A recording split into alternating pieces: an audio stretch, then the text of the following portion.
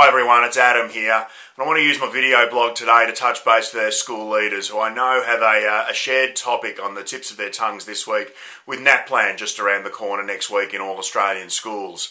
For me, I guess, people swing pretty wildly from one end to the other on the whole NAPLAN argument spectrum, and for me, I'm probably could be considered more of a NAPLAN moderate. I like to explore that space in the middle and I guess try to find something positive in what could otherwise be viewed as a negative and see what benefit there might be in it for schools.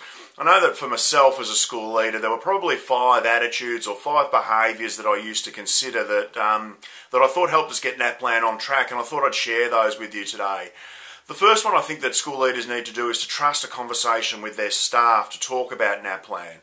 Allocate 15-20 minutes at a staff meeting and see if we can just come up with some shared language about the attitude and the approach that we'll take to NAPLAN.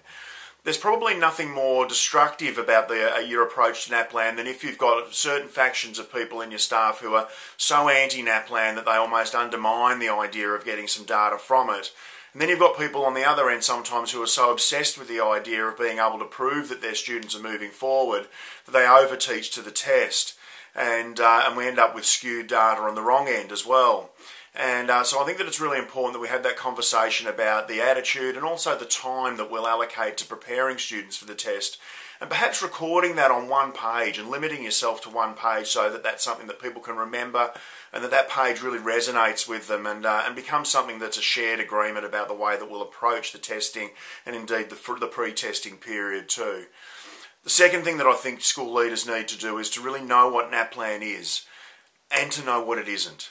So understanding that NAPLAN is probably the most comprehensive snapshot piece of data that you can attain for your students is a useful thing to be able to say, okay, that's worth making some sort of investment in. And then on the other side, knowing that NAPLAN isn't actually a revelation, that it really, as a piece of snapshot data, is really either a confirmation or a bringing to light something that you weren't particularly aware of. And you can do that in a really skilled way, but only if you decide to immerse yourself in that data. The third thing that I think schools need to do is to be absolutely clear about the idea of seeking genuine data from the NAPLAN testing period. I think there are still far too many schools out there that feel such pressure around NAPLAN that we look for ways to cheat, we look for ways to cut a corner. We're not particularly perturbed if a student who's been away for a couple of weeks is away for one more. We're not particularly concerned if the students who have low attendance don't come in NAPLAN week. Sometimes we encourage those kids who are incredibly high flyers to come along and sit NAPLAN tests even if they're not feeling particularly well that week. I think we need to say what we're after here is genuine data, to make sure that we're really interested in ensuring that all of the kids who are available at the time sit the test, and that we make every effort to get them in the room and find out what they can do and what they can't do on that one day in May. Number 4 that I'd like you to think about is for school leaders is to provide lines of inquiry for your staff. So I want to acknowledge that sometimes that NAPLAN data certainly comes back too late to be able to do really meaningful stuff with it at that time. But when it does come, encouraging your staff to be data aware and data literate by providing really simple lines of inquiry is a really positive thing to do. So I used to like, my favourite line of inquiry was, what's not okay? What is it that we can look at the NAPLAN data with our teachers and say, can you find something in there that you go, you know what, that's just not acceptable? And our teachers then become really skilled at being able to say, you know what, I can find here that there's, that our kids are not particularly strong in this area, but I think there's a reason for it. However, in this other area where they're not strong, I can't think of a reason. And they start to develop units of work that can address that data accordingly.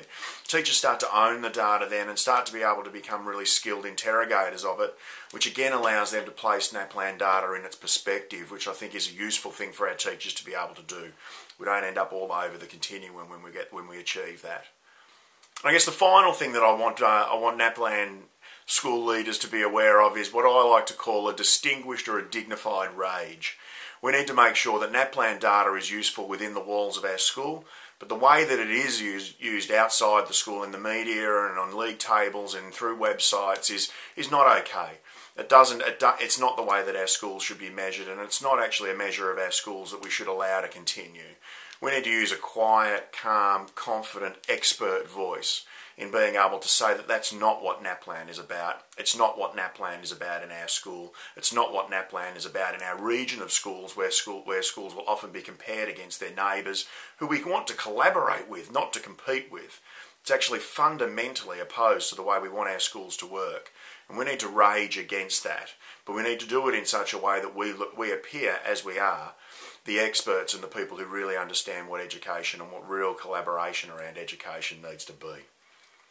So for me, I wish everybody next week that's tackling NAPLAN all the very best. It's a part of the school year that I must admit I don't particularly miss.